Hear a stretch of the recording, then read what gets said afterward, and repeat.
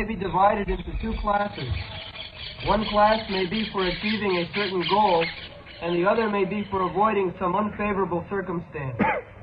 In Sanskrit, these activities are called pravritti and nivritti, positive and negative action. There are many examples of negative action. For example, a diseased person has to be cautious and take medicine in order to avoid some unfavorable illness. Those who are cultivating spiritual life and executing devotional service are always engaged in activity. Such activity can be performed with the mind or with the body or with the mind. Thinking, feeling, and willing are all activities of the mind, and when we will to do something, the activity comes to be manifest by the gross bodily senses. Thus, in our mental activities, we should always try to think of Krishna and try to plan how to please Him, following in the footsteps of the great Acharyas and the personal spiritual master. There are activities of the body, activities of the different senses, and activities of speech. A Krishna-conscious person engages his words in preaching the glories of the Lord. This is called kirtana. And by his mind, a Krishna-conscious person always thinks of the activities of the Lord as he is speaking on the battlefield of Kurukshetra or engaging in his various pastimes at Vrindavan with his devotees. In this way, one can always think of the activities and pastimes of the Lord. This is the mental culture of Krishna consciousness. So, Krishna consciousness is not inactivity.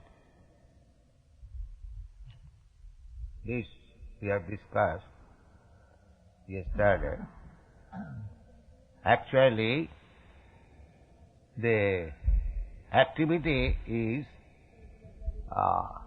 being influenced by the soul, but it is being expressed through intelligence, mind and body. The activities are coming from the spiritual platform, but because it is now contaminated by the material coverings,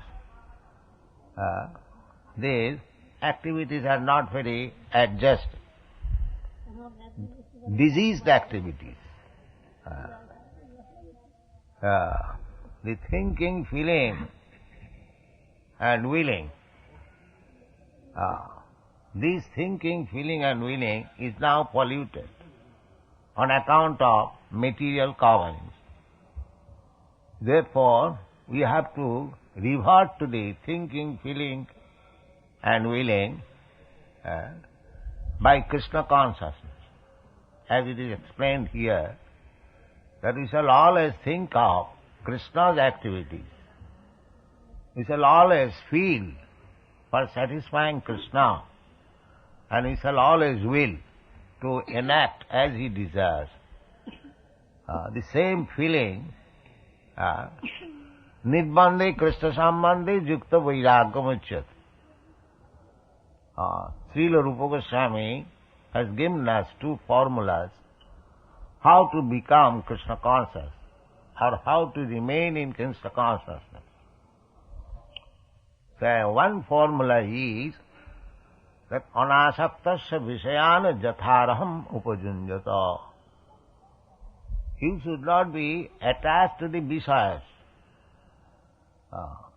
It's like we have got a tendency to construct a skyscraper building, as in your country you do. So, you should not be attached to the skyscraper building, but you can utilize the tendency by constructing a big temple like skyscraper for Krishna.